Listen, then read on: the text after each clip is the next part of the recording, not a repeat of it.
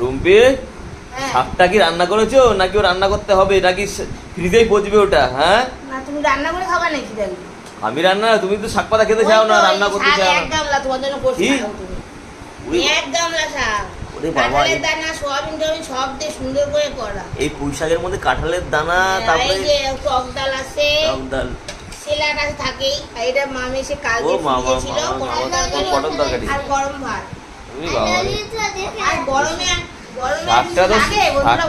শাকটা তো সুন্দরই রান্না করেছে, এত কিছু দিয়েছে, ভালোই হবে খেতে। সবকিছু ভালোই রান্না করি। আচ্ছা, তোমরা আসো, তোমাদের রান্না করে খাও। আচ্ছা, দাও দাও, তাহলে আমরা একটু খেয়ে দাও তাহলে।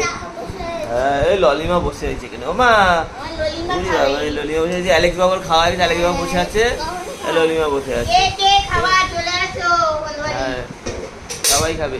এই যে আমার ভাই কি খাবার চলে আসো। ডাল ভাত, গরিব মানুষের, গরিব পরিবারের গরিব খাবার। বাহ।